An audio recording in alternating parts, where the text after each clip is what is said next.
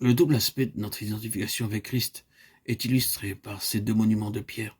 D'une part, 12 pierres furent déposées dans le lit du fleuve et recouvertes par ses eaux, et d'autre part, 12 pierres en furent enlevées et déposées sur la rive de Canaan, en témoignage de la consécration du peuple de Dieu.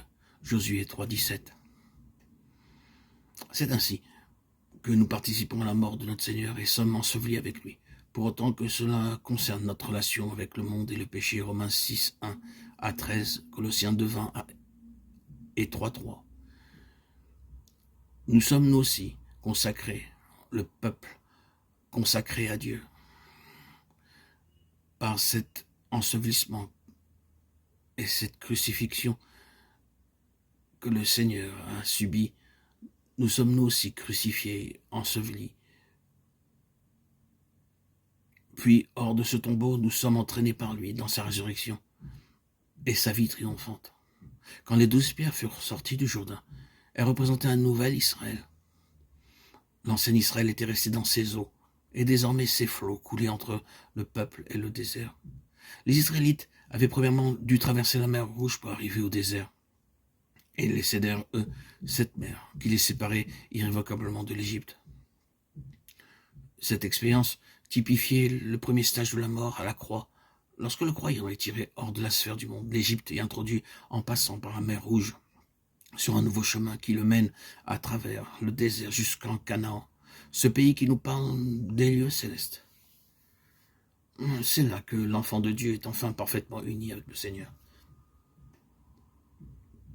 Une nouvelle création en lui, et c'est là qu'il reçoit son équipement pour entrer en guerre contre les ennemis de Dieu, conduit dans la victoire par lui.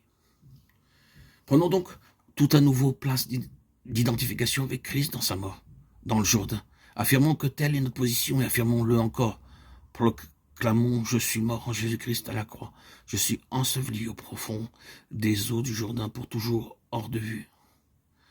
Le Jourdain et la croix mettent une barrière entre moi et le passé. Je tiens donc ce passé pour révolu à jamais derrière moi, recouvert par les eaux de la destruction. Romains 6, 1, 13. Un fait digne d'attirer notre attention est aussi le suivant. Les sacrificateurs s'engagèrent, les premiers, dans le lit du fleuve et s'y arrêtèrent de pied ferme. Les sacrificateurs représentaient la foi de la nation, et leur station dans ce lit de rivière avec l'arche de Dieu sur leurs épaules signifiait que la nation entière avait pris sa position de foi en ce que Dieu qui leur avait commandé de passer le Jourdain.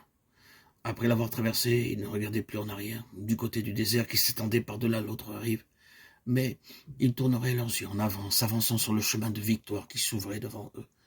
Chaque Israélite savait qu'il avait traversé le Jourdain. Et vous devez d'une manière tout aussi certaine maintenir le fait que vous avez été amené à travers le Jourdain par votre position en Christ dans sa mort, jusqu'à la rive de Canaan, le côté positif du calvaire, d'où il vous faut vous avancer à la conquête du pays, dans la victoire de la foi.